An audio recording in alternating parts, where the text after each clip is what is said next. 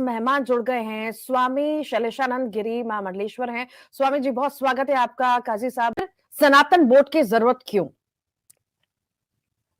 देखिए, स्पष्ट है, यह उनके हृदय से निकला हुआ भाव है जो कि प्रत्येक सनातनी के अंदर कहीं ना कहीं से दबा हुआ है।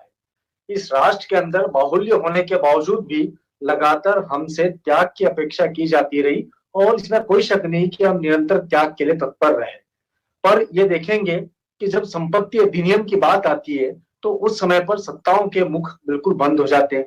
जिस समय पर सार्वजनिक स्थानों के ऊपर भिन्न धर्म केंद्र खोल दिए जाते हैं, दरगाहें खोल दी जाती है, अनेकानेक इस प्रकार के, ऐसा नहीं कह रहा हूं किसी एक ही धर्म के, ऐसे अनेक धर्मों के छद्म लोग आकर के अपने स्थान जमा लेते हैं। तो ऐसी स्थिति में इस राष्ट्र की जो हमारी निरपेक्षता है उसको मेंटेन रखने के लिए, उसको बनाए रखने के लिए एक नियमन आयोग होना आवश्यक है। कानून बहुत सारे हैं, किंतु उन कानूनों के ऊपर सख्ती से अमल न कभी पहले हुआ था, न ही आज हो रहा है। निरंतर हम देखते हैं कि जितने हमारे सनातन धर्म के मंदिर है, उनके अंदर सत्ताओं का, शासनों का अपना दखलंदाजी बेहद तगड़ी रहती है और साधु संतों को और वास्तविक लोगों को वहां से उपेक्षित रखा जाता है, दूर रखा जाता है।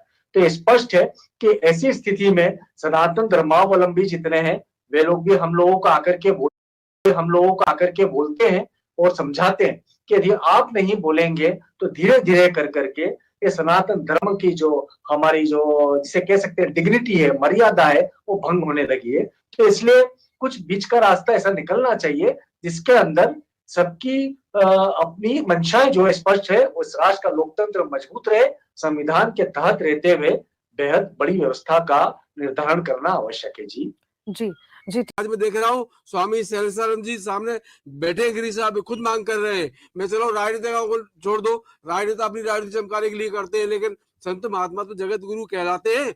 जगत गुरु जब मांग करने लगे तो निश्चित रूप से उनका आशीर्वाद सरकार के प्रति नहीं है। सरकार को उनकी मंशा समझनी चाहिए। और सवाल जिस तरह सांसद मांग कर रही है से सनातन बोर्ड की, आखिर किससे मांग कर रही है? वो पार्टी तो आप ही है, सरकार आप ही है, फिर किससे मांग कर रही है?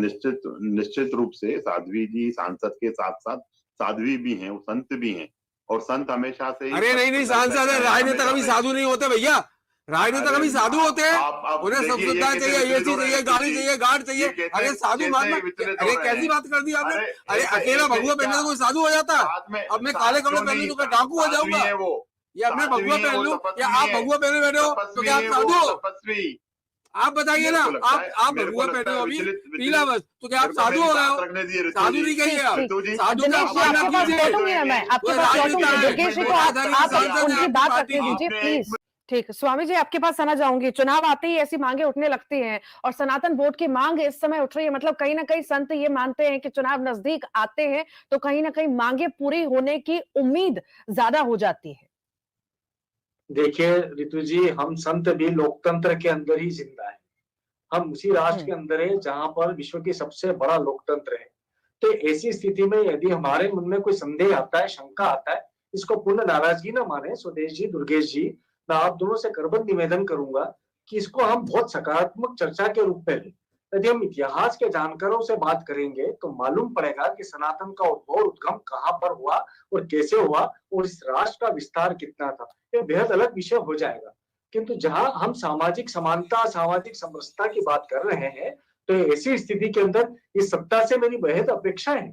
ऐसा नहीं है कि मैं पूरी तौर पर जिसे कह सकता हूँ कि इनके हर निर्णय को खारिज करता हूँ, परंतु ये स्पष्ट है कि असमानताएं बेहद ज्यादा है इस देश के अंदर। यदि हम देखेंगे तो सोशल डिस्पैरिटीज है, सामाजिक असमानता है, रिलीजियस डिस्पैरिटीज है, धार्मिक असमानता है, इकोनॉमिक डिस्पैरिटीज है, आर्थिक असमानता है। मैं लगातार यही बात कर रहा हूं कि कैसे भी हो हमें इस राष्ट्र को सबसे सुखी, सबसे खुशहाल लोकतंत्र के रूप में स्थापित करना है। तो सर्व धर्मों के मध्य में यह स्पष्ट होना चाहिए कि जब सबसे बाहुल्य वाला सनातन जो है उसके साथ में हम तो त्यागवान हैं, जैसे मैंने प्रथम में भी कहा, किंतु हमारे साथ अन्याय ना हो इस बात का समय की कमी है। मैं आपको यहीं रोकूंगी। आप सभी मेहमानों